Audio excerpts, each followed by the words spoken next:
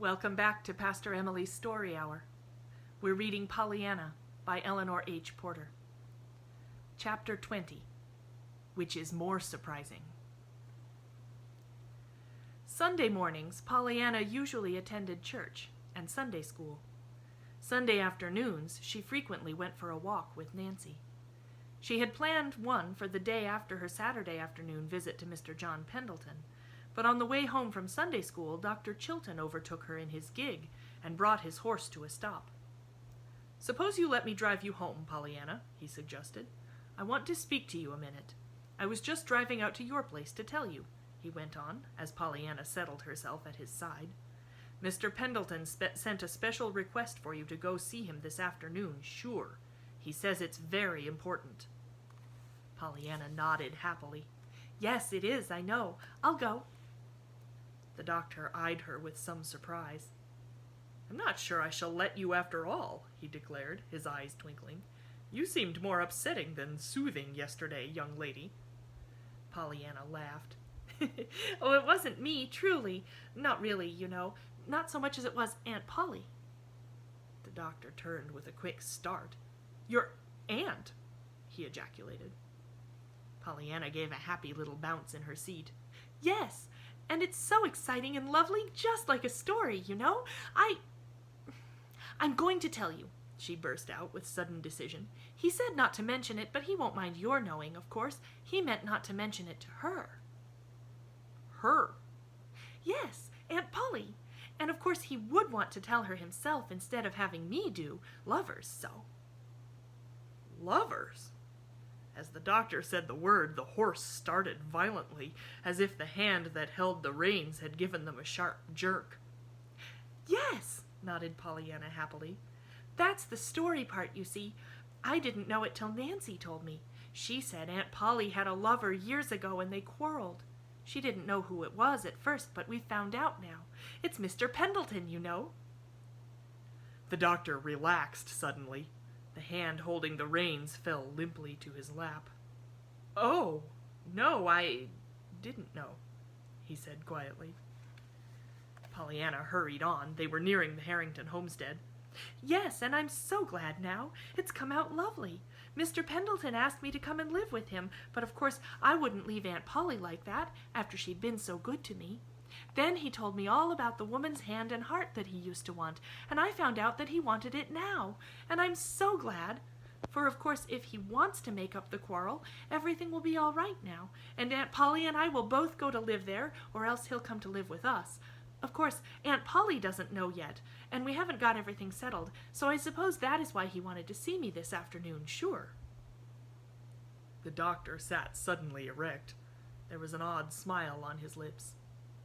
"Yes, I can well imagine that Mr. John Pendleton does want to see you, Pollyanna," he nodded, as he pulled his horse to a stop before the door. "There's Aunt Polly now in the window," cried Pollyanna. Then, a second later, "Why, no, she isn't. But I thought I saw her." "No, she isn't there now," said the doctor. His lips had suddenly lost their smile. Pollyanna found a very nervous John Pendleton waiting for her that afternoon. "Pollyanna," he began at once, "I've been trying all night to puzzle out what you meant by all that yesterday, about my wanting your Aunt Polly's hand and heart here all those years. What did you mean?" "Why, because you were lovers, you know, once, and I was so glad you still felt that way now."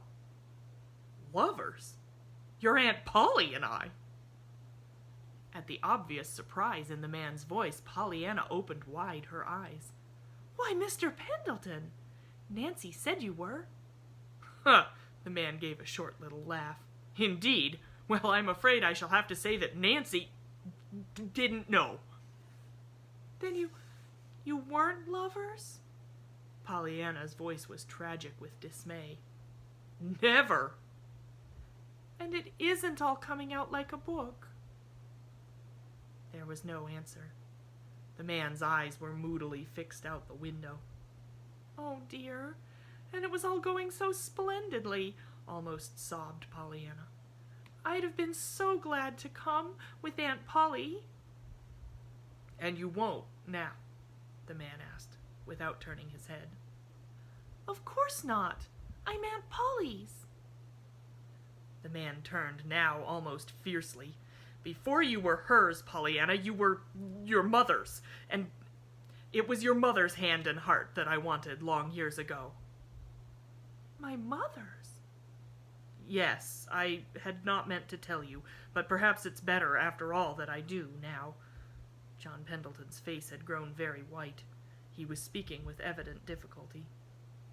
Pollyanna, her eyes wide and frightened and her lips parted, was gazing at him fixedly.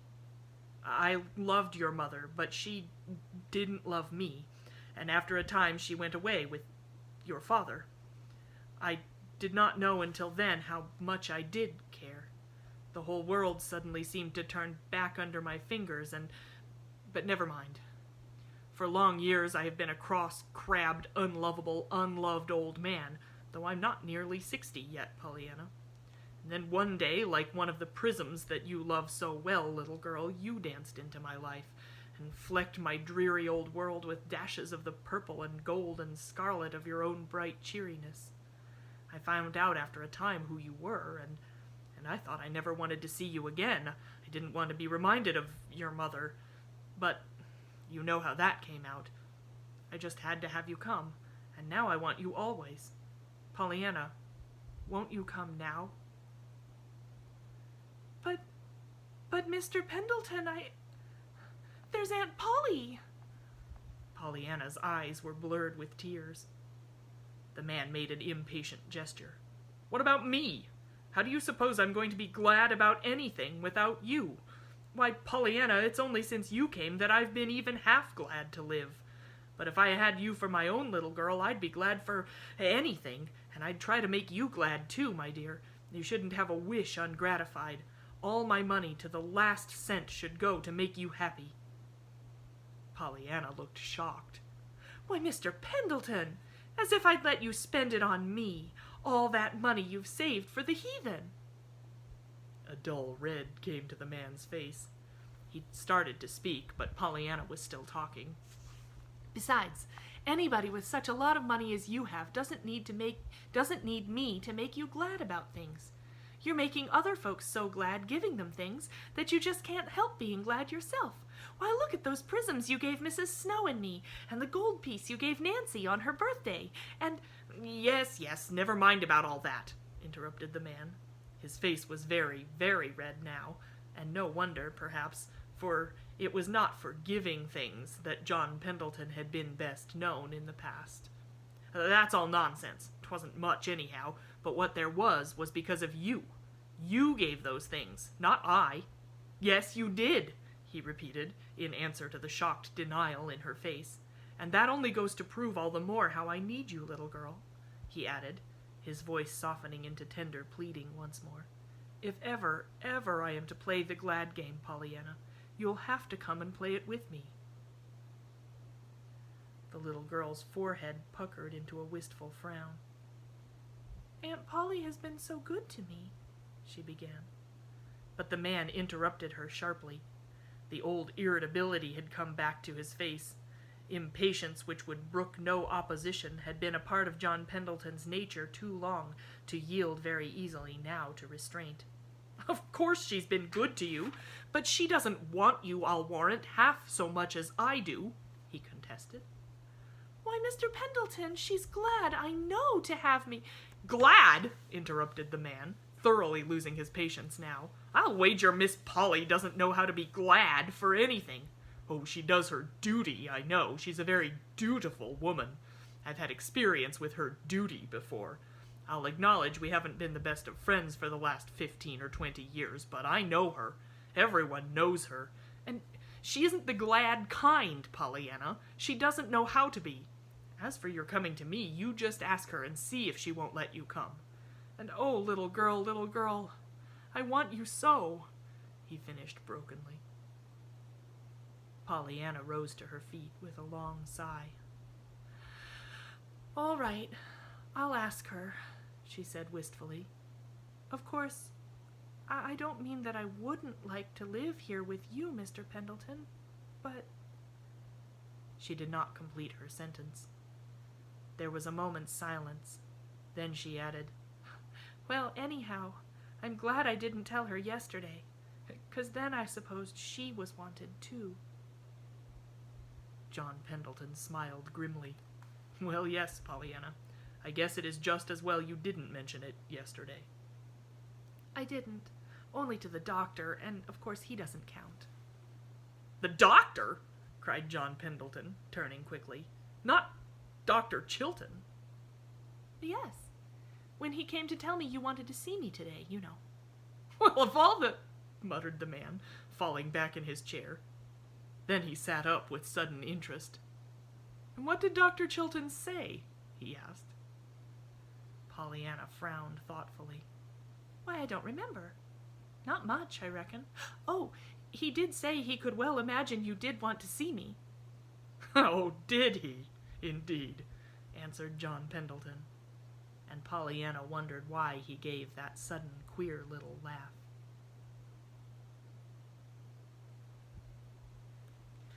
Come back on Monday for Chapter 21.